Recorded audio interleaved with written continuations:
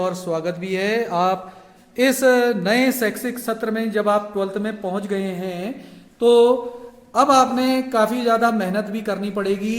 और प्यारे बच्चों, good morning to all of you.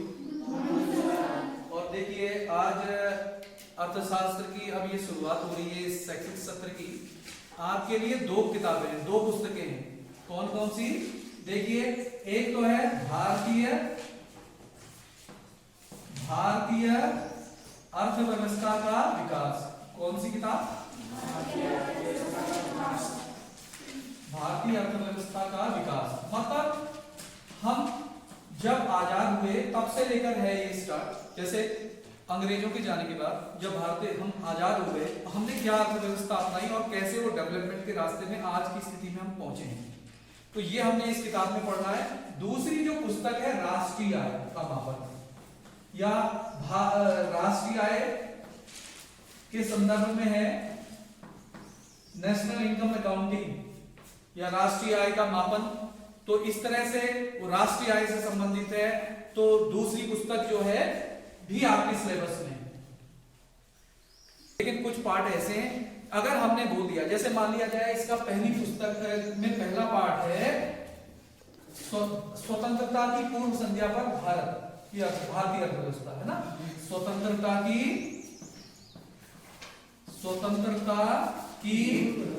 पूर्व संध्या पर भारतीय अर्थव्यवस्था। ये देखिए, मैं अर्थव्यवस्था के लिए शॉर्टकट लिख देता हूं। तो ये आपके लिए क्या है? पहला पार्ट। तो द्वितीय पार्ट क्या होगा? इसमें आएगा भारतीय अर्थव्यवस्था का नियोजन या भारत में नियोजन या भारत में नियोजन। ये आपके लिए द्वितीय पार्ट है, सेकंड पार्ट है। देखिए, आप में भारत में नियोजन ये कब से आएगा? ये कब की स्थिति थी? 1947 की। ये कब की स्थिति है? 1950 से लेकर 1990 के बीच में। ठीक है। अब इसके बाद क्या आएगा? तीसरा पार्ट या सेकंड यूनिट जो हो जाएगी वो हो जाएगी भारत में आर्थिक सुधार। क्या? हाँ, ये सेकंड यूनिट स्टार्ट होगी। भारत में आर्थिक सुधार, ये आएगा पार्ट। ये इसमें क्या क्या पढ़ना है आपने? इसमें पढ़ना है आपने वैश्वीकरण। क्या क्या पढ़ना है? वैश्वीकरण,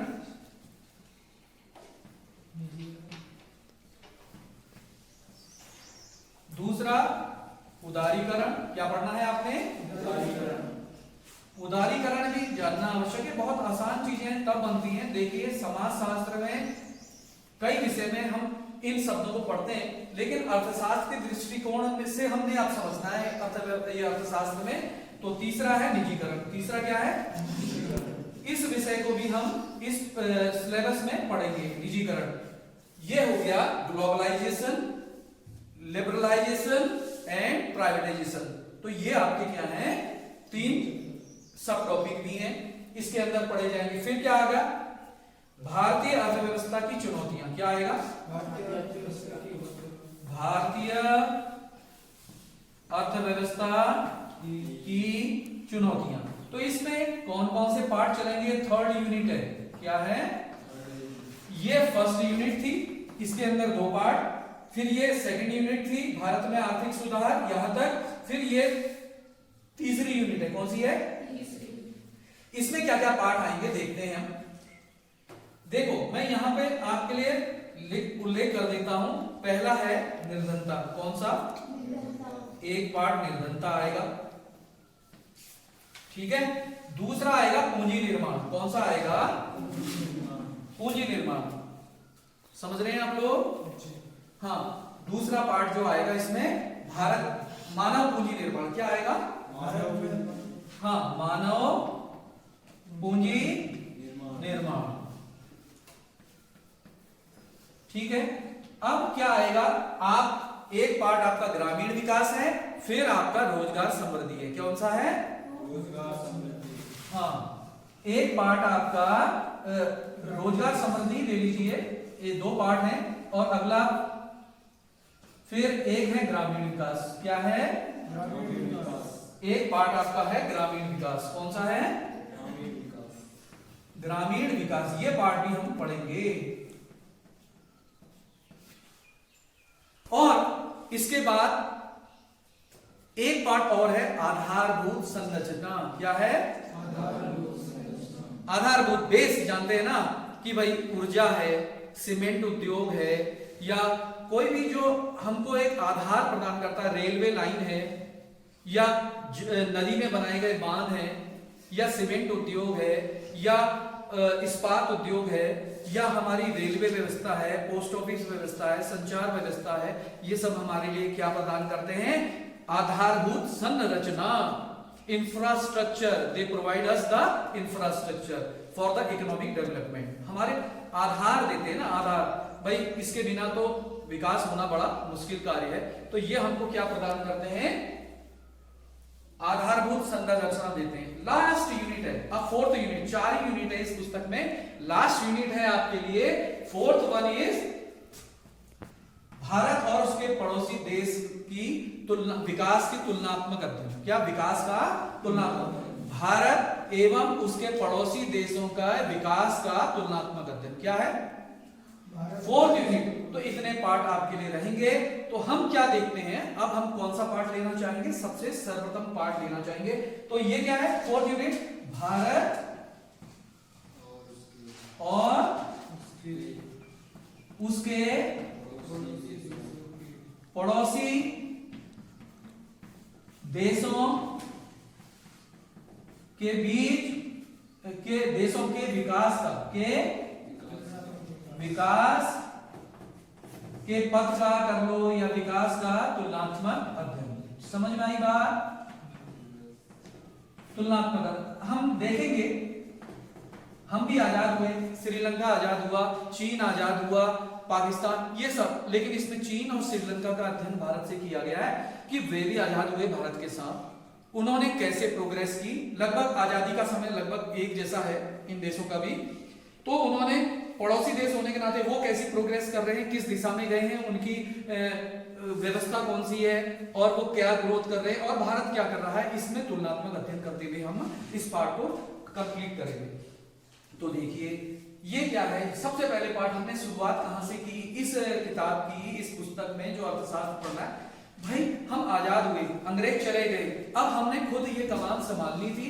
हम आजाद हो गए तो हमने ये व्यवस्था देखनी थी ना। तो यह व्यवस्था जब हमने देखनी थी तो संध्या के पूर्व संध्या पर देखा। 15 अगस्त 1947 को आजाद हुआ, तो उससे पहले शाम के वक्त जब आजाद 15 अगस्त हुआ, तो उस दिन तक भारत क्या था ये देखते हैं। तो इसमें हम जो पढ़ेंगे वो क्या क्या चीजें होंगी बच्चों। भारत तो एक सोने की चिड़िया थी, दूध की नदियां यहां बहती थी। तो कहने का मतलब यहां बहुत ही विकसित अर्थव्यवस्था पूर्व से रही थी। मलमल का काम, सोने का काम, चांदी का काम, रेशम का काम, और मसाले यहां से विदेशों को जाते थे। भारत को एक व्यापारिक केंद्र के रूप में देखा जाता था। दूसरी तरफ ब्रिटेन एक देश ऐसा था जो कि औद्योगिक प्रगति करने के बाद विश्व में कई देशों पर उसने कब्जा किया अपने शक्ति से, और भारत भी उसमें से एक देश था जिसका भारत भी एक गुलाम बना ब्रिटेन का 200 साल तक भारत पर राज्य करने के बाद। लेकिन इस 200 वर्षों की अवधि में ब्रिटेन ने भारत को क्या स्थिति में पहुंचा दिया।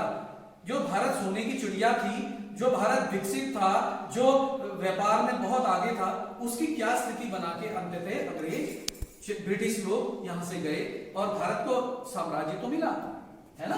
देखिए अगर हम एक विश्व का नक्शा ही बना लें, मान लिया जाए, और एक भारत का नक्शा भी बनाएंगे हम।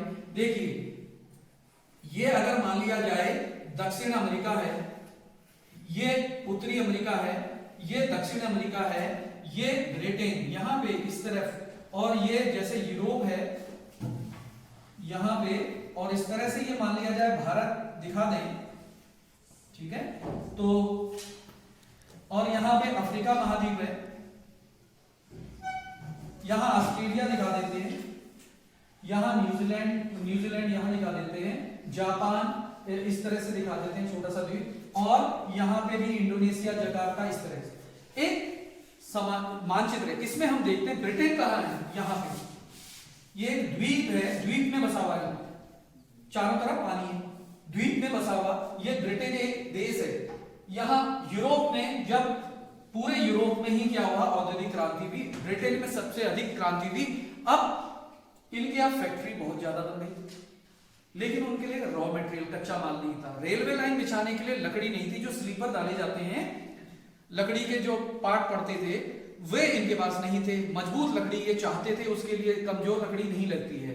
तो इसके लिए फैक्ट्रियों में सूती कपड़े बनाने के लिए या कोई भी उद्योग धंधा यहाँ चलाने के लिए उनको कच्चा माल चाहिए था, है ना। तो कच्चा माल, चाहे वह कोयला हो, चाहे लकड़ी हो, चाहे सोना चांदी और कोई भी रॉ मिनरल्स हो, मेटल्स हो, इनको आवश्यकता थी। तो इन्होंने जहाजी यात्रा शुरू की, विकास हुआ।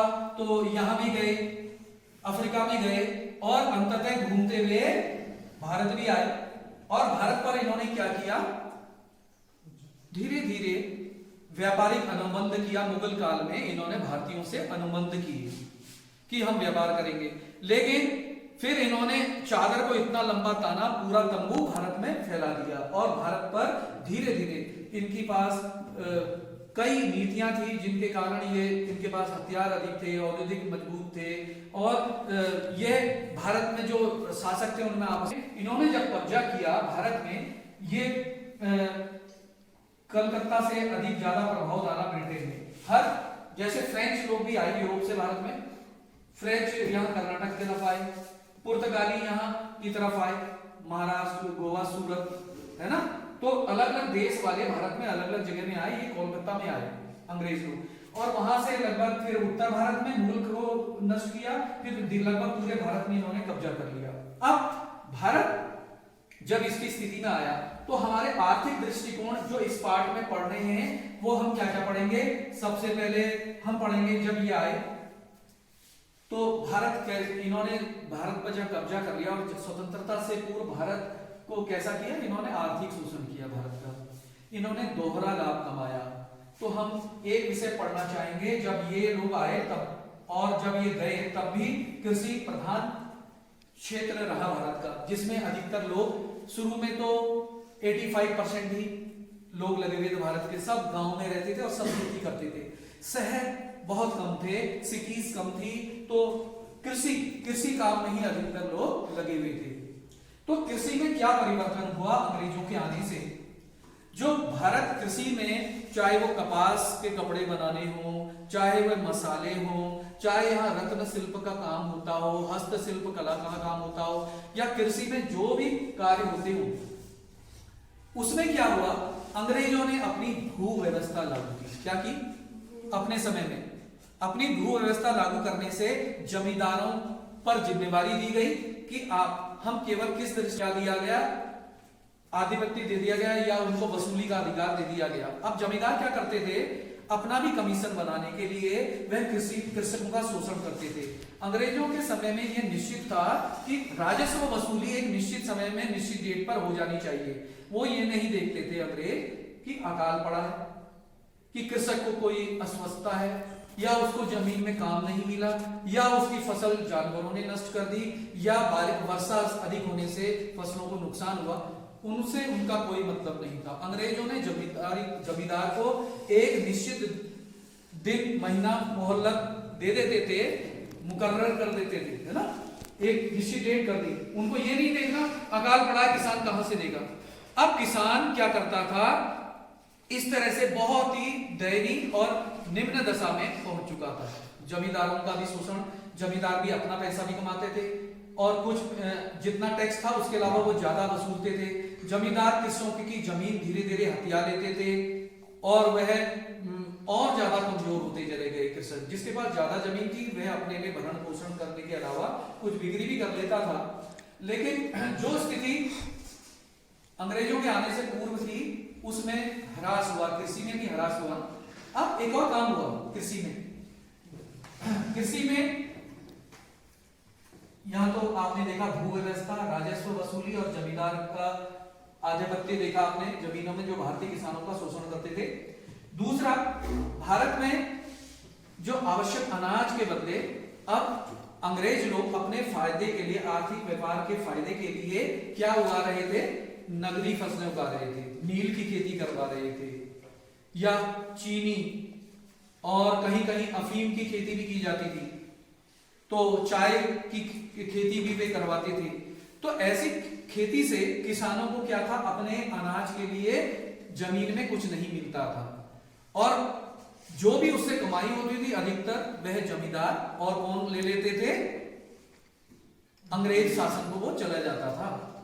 तो देखिए अब क्या हुआ, कृषक की जमीन में उससे बोल रहा है चाय उगाइए। अब ब्रिटिश जी का जो ध्येय था वो क्या था? अपना लाभ कमाना, और जमींदार नियुक्त किए थे वो निश्चित तिथि में उनसे पैसा वसूल लेते थे। ऊपर से उन्होंने नकदी फसल लगवानी शुरू की, कैश क्रॉप, कॉमर्शियल क्रॉप्स जिनको कहते हैं, नकदी फसल, जैसे चाय, जैसे नील की खेती, कपास की खेती। तो इससे क्या हुआ? भारत को काफी अर्थव्यवस्था में काफी दिक्कतें उत्पन्न हो गई, किसी की हीन दशा में वह पहुंच गया था लगभग। ठीक है, अब आप देखते होंगे कि जमीन तो है लेकिन कृषक को अधिकार नहीं है, उसको देना पड़ता है, और वहां से अकाल या ऐसी बुरी स्थिति के लिए भी निपटने के लिए अंग्रेजों द्वारा कोई मदद या रियायत नहीं दी जाती थी। अब देखते हैं, पहला विषय हमने कर लिया कृषि। अब देखते हैं उद्योग। क्या उद्योग? अगर हम इस विषय को पढ़ने लगे, आपसे बताया मैंने कि अंग्रेज दोहरा लाभ कमाते थे। दोहरा लाभ कैसे कमाते थे? भारत में वे कच्चा माल ले जाते थे अपने ब्रिटेन देश, ठीक है, ब्रिटेन देश ले जाते थे। कब ले जाते थे?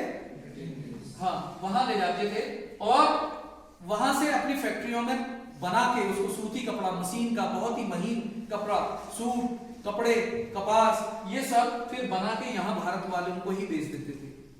इस तरह से वे दोहरा लोग लाभ कमा रहे थे।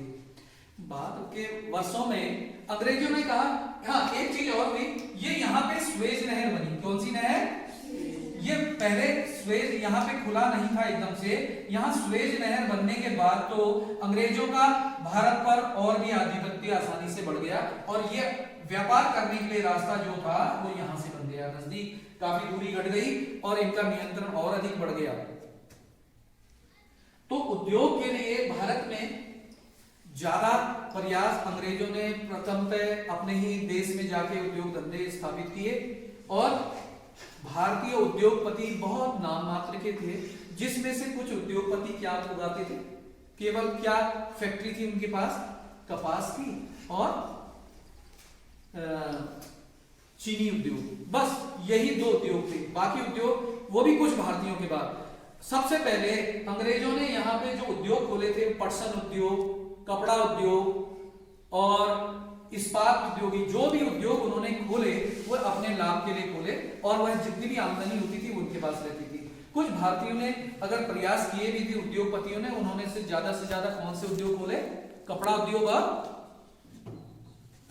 चीनी उद्योग, बस।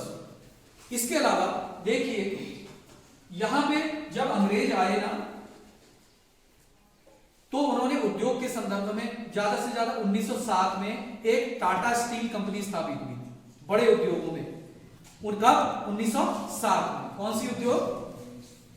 1907 में टिस्को नाम है, TISCO। क्या? TISCO। कौन सा है ये? टिस्को। क्या है ये? TISCO, Tata iron steel company, Tata iron steel company, समझ गए? टिस्को 1907 में स्थापित हुई। इसके अलावा भारतीयों को कब चांस मिला? देखिए सुनिए, भारतीयों को कब मौका मिला दोबारा? भारतीयों को कब दोबारा मौका मिला? ये मिला द्वितीय विश्व युद्ध के बाद। कुछ उद्योग भारत में खोले गए भारतीय उद्योगपतियों ने, और उन्होंने सीमेंट उद्योग, लौह इस्पात उद्योग और कुछ अन्य उद्योग जो भारी भरकम उद्योग थे वो खोले गए भारतीयों के द्वारा। 1930-32 द्वितीय विश्व युद्ध के मतलब बाद के समय की बात है।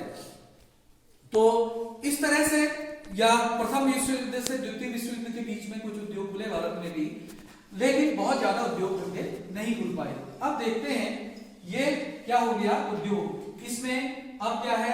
रेलवे भी भारत में बिछाई गई अंग्रेजों की तरह। इसको देखते हैं, यातायात और संचार व्यवस्था के लिए क्या किया अंग्रेजों ने।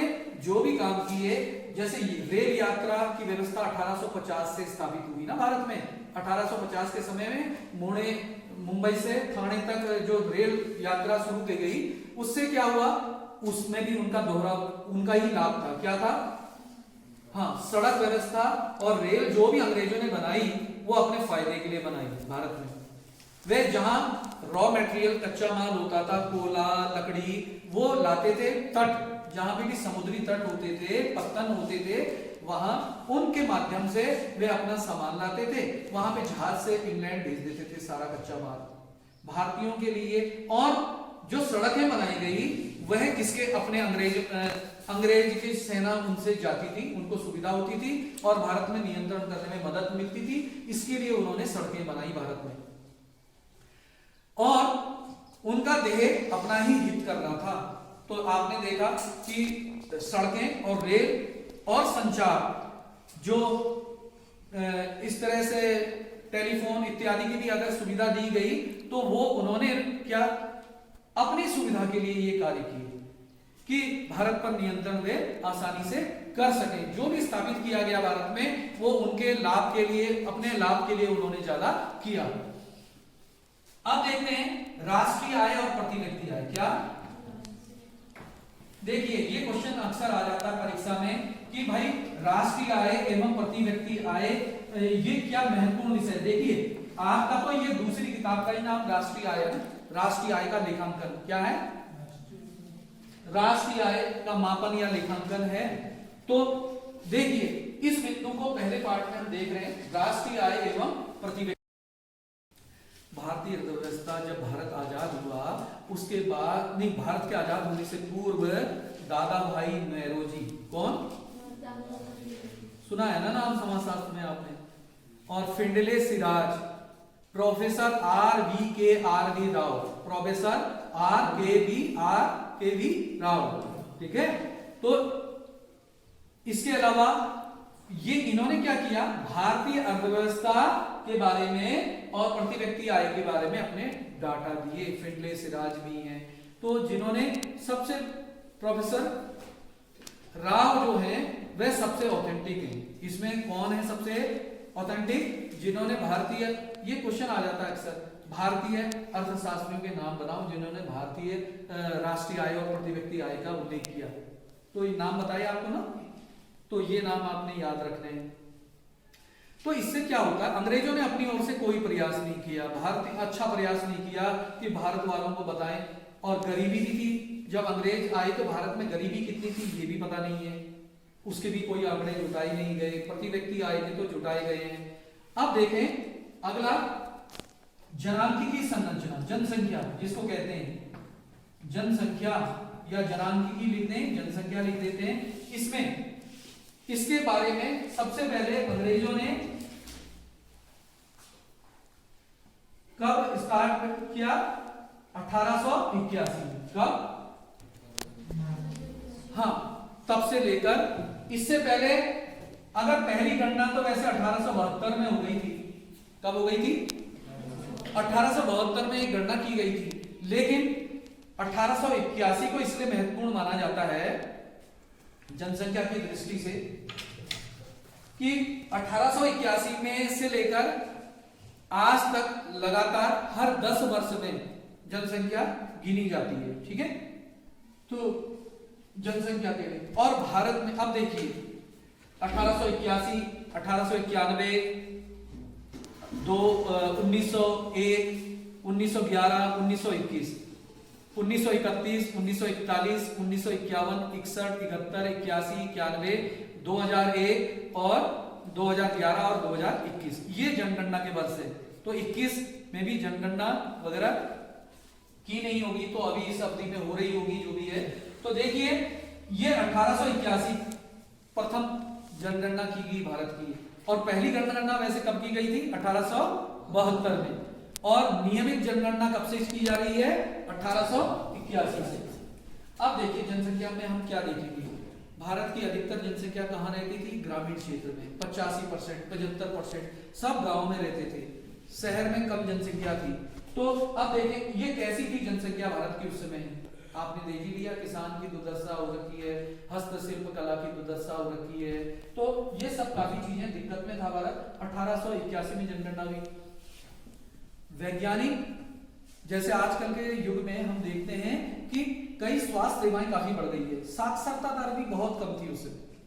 भारत की कितनी साक्षरता दर थी? बहुत कम थी, लगभग 16% साक्षरता दर थी। आज कितनी होगी? आज तो अच्छी है, लगभग 74% है तो साक्षरता दर। तो उस समय क्या थी? बहुत कम थी। कितनी थी? 16%। और महिलाओं की केवल 7%। उसमें भी कुछ महिलाएं बड़े परिवार से थी, वही ज्यादा शिक्षित होती थी, और 7% महिला का साक्षरता दर था। अब देखें कि जन्म दर ज्यादा थी, मृत्यु दर भी ज्यादा थी, और शिशु मृत्यु दर जो आप बहुत कम हो चुकी है, 63 से भी कम हो चुकी है उस प्रति हजार। उस समय क्या थी? 216 से भी अधिक थी शिशु मृत्यु दर। बच्चे पैदा, क्योंकि इलाज नहीं था ना वहां ज्यादा, उस समय डॉक्टरी स्वास्थ्य सेवाएं नहीं थी। इसके अलावा जनसंख्या के मामले में गरीबी बहुत थी। जो निवासी थे भारत के, वह अधिकतर क्या थे? गरीब थे। उसकी जनगणना किसी आंकड़े में उल्लेखित तो नहीं है, लेकिन कई जनसंख्या भारत की गरीब थी। तो इस तरह से आपने देखा जनसंख्या के बारे में। इसके बारे में यहाँ उद्योग के बारे में जब पढ़ा, मैंने कहा किसी की निम्न दशा की अंग्रेजों ने। ऐसी उद्योग में भारत में किस किस के पहले से उद्योग थे? हीरे, जवाहरात, मणि, रत्न के भी भारत में बहुत अच्छे उद्योग थे, जो विदेशों में ले जाए जाते थे, और मशहूर था, प्रतिष्ठा थी भारतीय उद्योग धंधों की, है ना। और इसके अलावा अनाज, मसाले, ये सब भी बिक्री होता था भारत का। तो अंग्रेजों की अपने फायदे की नीतियों के कारण भारतीय जो हस्तशिल्प उद्योग था उसको भी समर्थन नहीं मिला, और वह भी धीरे धीरे विनाश की ओर चला गया। और भारत में इससे क्या हुई? बेरोजगारी बढ़ी, रोजगार का अभाव हुआ। जिस काम को वो करते थे वह छोड़ना पड़ा, क्योंकि अंग्रेजों के जो औद्योगिक नीति के कारण भारतीय हस्तशिल्प कला को भी नुकसान उठाना पड़ा, और वह पतन की ओर गई। इसके अलावा जनसंख्या के अलावा अब हम देखते हैं व्यापार। भारत का 50% से अधिक व्यापार किससे खुद होता था? इंग्लैंड से ही होता था। हाँ, कुछ अनुमति थी श्रीलंका से, ईरान से, कुछ देशों के साथ भारत व्यापार करता था, भारतीय व्यापार करते थे। लेकिन अधिकतर उद्योग जो थे, ये जो व्यापार था किससे होता था? इंग्लैंड। भारत से कच्चा माल ले गया, वहां से पक्का माल लाया, भारतीयों को बेच दिया। यहां से फ्री में ले लिया माल, बनाया और भारतीयों को पैसे में बेच दिया।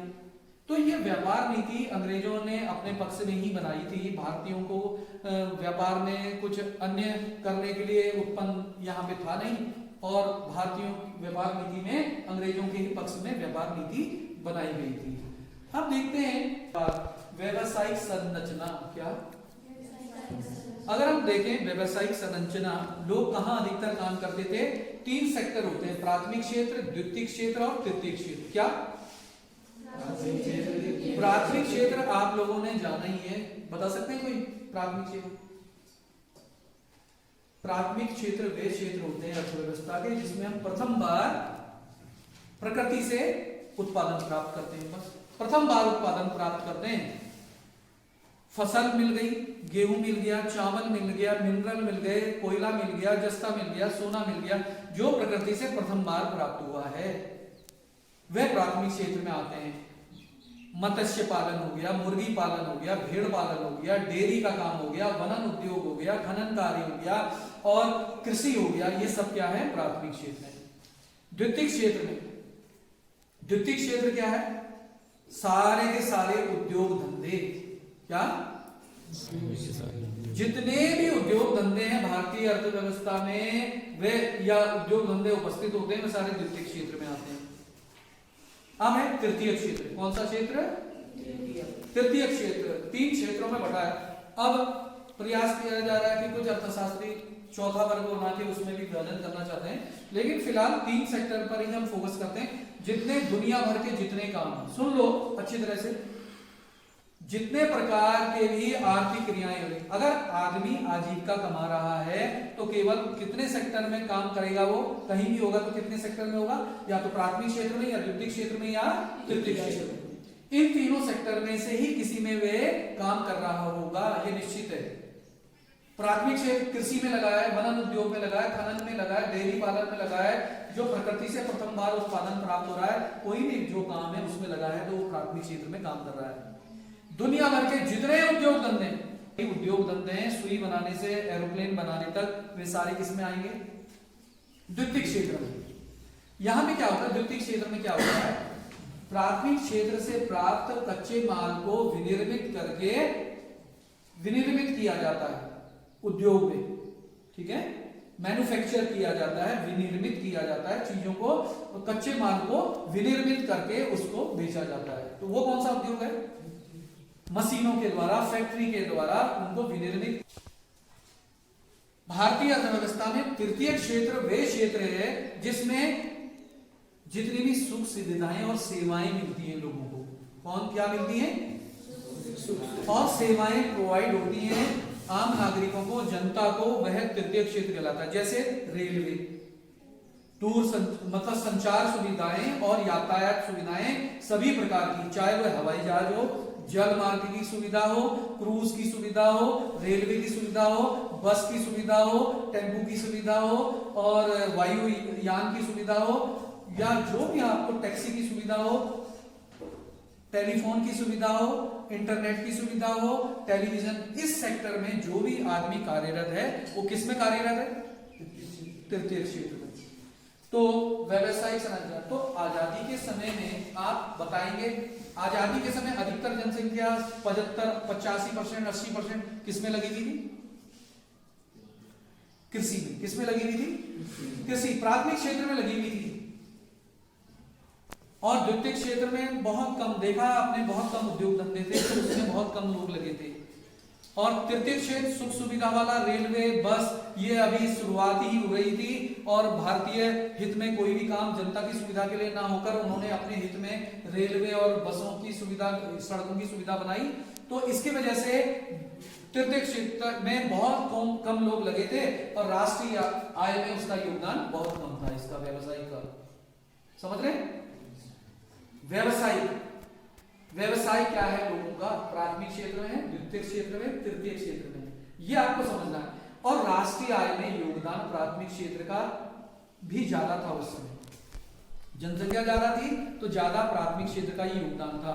राष्ट्रीय आय बनती ना, जैसे एक परिवार में एक व्यक्ति की आय बनती है, ऐसे ही राष्ट्र की आय भी बनती है। पूरे देश के वासियों ने जो कमाया, किस क्षेत्र से कमाया? प्राथमिक क्षेत्र से। तो वो राष्ट्रीय आय में योगदान प्राथमिक क्षेत्र का, जनसंख्या भी ज्यादा थी, राष्ट्रीय आय में योगदान भी ज्यादा था। द्वितीय क्षेत्र में कुछ जनता लगी थी और राष्ट्रीय आय में योगदान उसका बहुत ज्यादा नहीं था। तृतीय क्षेत्र में तो बहुत कम जनता लगी थी। लेकिन आज के वर्तमान में आप देखते होंगे ना, उल्टा हो गया है।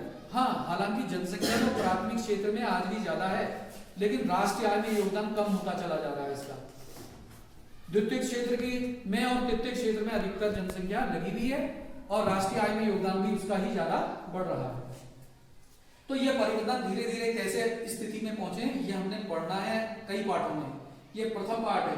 तो अब हम देखें भारतीय अर्थव्यवस्था के बारे में कुछ विकास की बातें। अंग्रेजों के द्वारा जो सुधार किए गए, आर्थिक सुधार, जैसे कि उन्होंने क्या किया? रेलवे लगाई, सड़क सुविधा दी, और दूर वो तार की सुविधा दी, टेलीफोन की सुविधा लाए, उद्योग धंधे खोले, ये इतना विकास का काम तो किया। इनको हम इस क्वेश्चन को हम, क्या आप सहमत हैं कि अंग्रेजों ने भारतीय अर्थव्यवस्था के विकास के लिए कार्य किया? अब इसमें आप दोनों मत दे सकते हैं। हाँ, उनके द्वारा जो आर्थिक विकास का कार्य किया गया, उससे बाद में भारतीय अर्थव्यवस्था को सुचारू रूप से आगे बढ़ाने में मदद मिली। अगर जो नहीं लिखेंगे कि भाई नहीं, अंग्रेजों के द्वारा केवल अपने हित के लिए उस समय रेलवे लाइन डाली गई थी, निष्कर्ष क्या निकला कि भारत को जो स्थिति मिली थी 1947 में, कृषि के क्षेत्र में, उद्योग के क्षेत्र में, राष्ट्रीय आय और प्रति व्यक्ति आय के संदर्भ में जनसंख्या की स्थिति कैसी थी, व्यापार की स्थिति कैसी थी, ये हमने देखने का प्रयास किया। और व्यवसायिक संरचना के बारे में भी आपको बताया कि प्राथमिक क्षेत्र, द्वितीय क्षेत्र और तृतीय क्षेत्र की क्या स्थिति थी। आपको औद्योगिकरण, इससे जैसे उद्योग है ना, इससे क्या शब्द उत्पन्न होता है? औद्योगिकरण। क्या? हाँ, ये शब्द उत्पन्न होता है। तो औद्योगिकरण कहीं लिखा हो और उद्योग लिखा हो तो एक ही बात है। आप कभी कभी अंतर करना नहीं समझ पाते। उद्योग है, उद्योग से औद्योगिकरण। उद्योग की प्रोसेस क्या कराएगी? औद्योगिकरण, इंडस्ट्रियलाइजेशन। ये इंडस्ट्री है, ये इंडस्ट्रियलाइजेशन है। ये उद्योग है, ये औद्योगिकरण है। ऐसे ही एक शब्द होता है, अंग्रेजों ने भारत को उपनिवेश बनाया, अपना गुलाम बनाया ना, तो एक शब्द है उपनिवेश, दूसरा शब्द है औपनिवेशीकरण।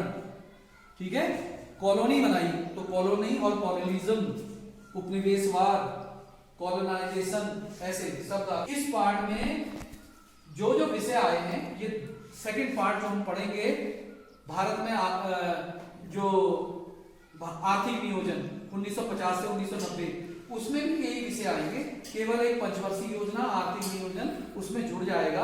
और देखेंगे कि भारत ने जब प्रयास किया तो कृषि क्षेत्र में क्या स्थिति हुई, उद्योग में, राष्ट्रीय आय में, प्रति व्यक्ति आय में, जनसंख्या में और व्यापार में क्या सुधार कर पाई 50 से लेकर 90 तक। निजीकरण, सार्वजनिकरण, उनमें क्या अंतर है। तो आगे समझिए और अपने क्वेश्चन